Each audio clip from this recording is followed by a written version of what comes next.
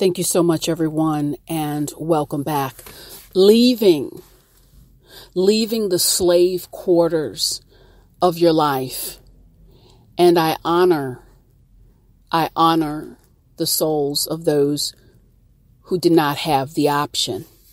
I just came back from a trip to Savannah, Georgia, and the assumed purpose of the trip was to rest, relax, eat some fine food, and tour the area.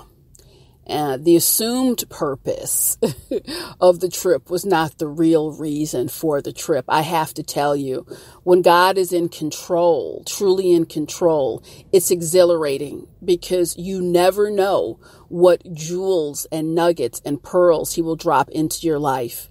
You will be led to unimaginable places, all for the elevation of your soul and with your best interest in mind.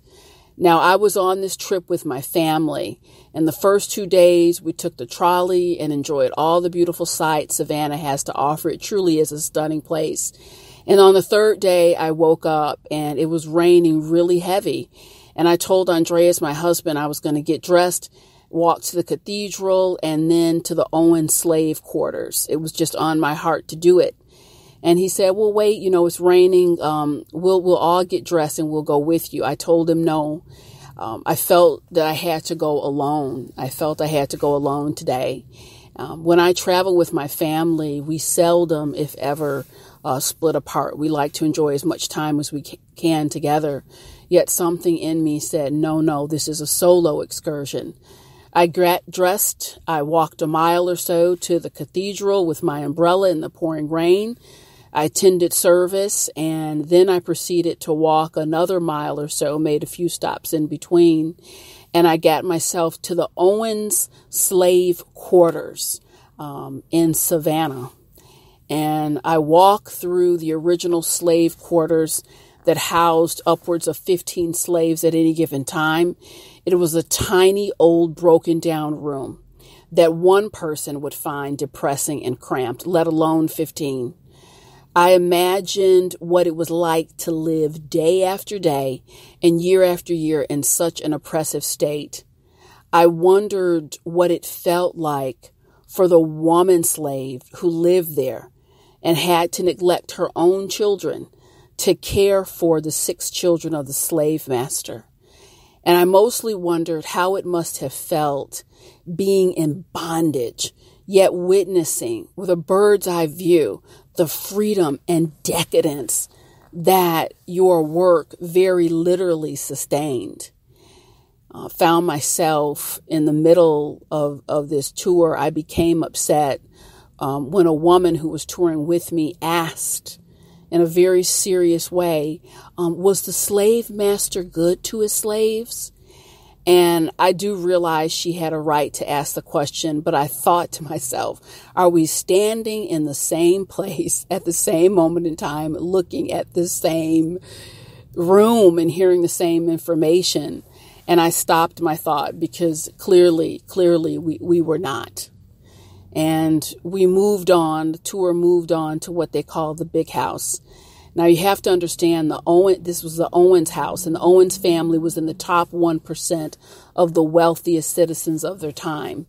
The house was everything you would imagine. It was grand, imposing, opulent. It smelt of unimaginable wealth.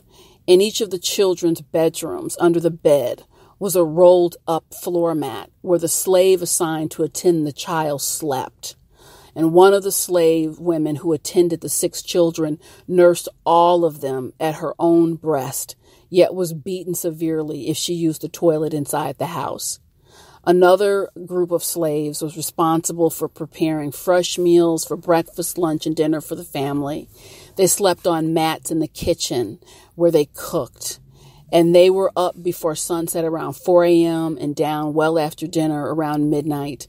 They were on call around the clock, serving the master. And I was told by the tour guide very clearly, please don't break away from the group. Everyone touring this house needs to stay together.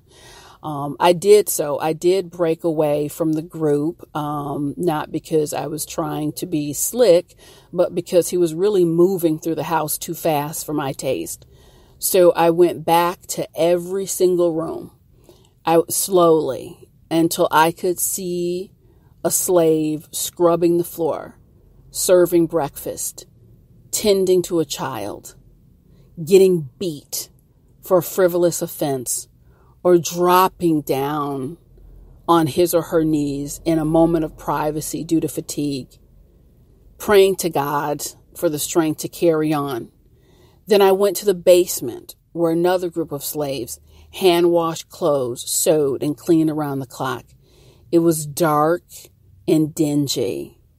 This is where they all had to stay unless given permission to be in the upper levels of the house, which was rare, unless the master wanted to show them off when he was entertaining. And he owned 400 slaves. That was a statement of wealth in those days and times, the same way driving a Mercedes is a statement of wealth today. The tour had long since ended, and I found myself still lingering on the grounds. I just felt there was more. I was supposed to be here at this moment in time. And I had stopped at a Quick Mart before the tour and bought a sandwich. I pulled it out of my purse with a bottle of water and just sat there by myself for a very long time.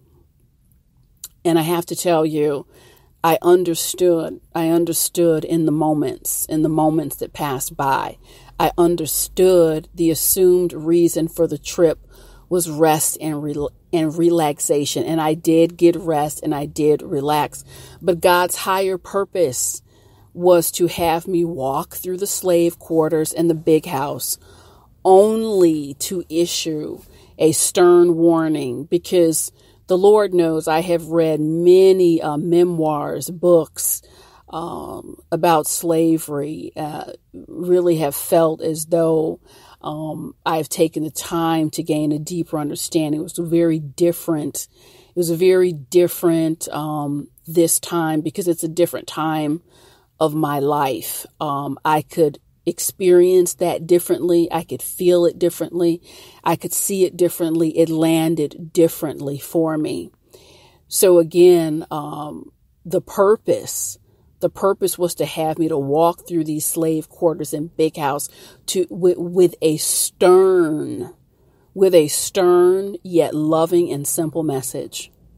And this is what really cut through my spirit. This was a tour. This was a tour for you today, Sheila. It was the real life of millions of men, women, and children. You get to walk out. You get the opportunity and privilege to walk out of a powerful reminder of what oppression is. They did not. You get to walk out of a reminder of what oppression is. They did not get to walk out of a reality. And girl, you have not one excuse in the world. You have not one excuse in the world to do anything other than live out your purpose and succeed. You know, to be clear for everyone listening, you've seen my videos if you've been following for any length of time. I'm an African American woman living in the United States. I claim my freedom proudly, yet I do not claim equality. I really don't, as universal. I feel the pangs of inequality daily, like so many of you do listening. And we fight various forms of bondage, regardless of race and color. This is not a message about race. This is a message about freedom and making choices. I feel that God is the master of divine messages, and he will allow us, even take us by the hand and place us inside certain experiences in a physical reality that correspond. These are corresponding symbols that represent our real life struggles and victories. That day, that tour was a symbol of the option I have, we have, you have, the option we all have today, spiritually, emotionally, and physically, to walk out of our slave quarters and into freedom. I'm going to say that again. The tour was a symbol of the option we all have today, that I have, you have, we have, spiritually, emotionally, and physically, to walk out of the slave quarters of your life into freedom, to put off the old man of your life and put on the new man, to honor where you've been. I honor where I've been. I honor where you've been, the trials and tribulations, but you don't have to live there anymore.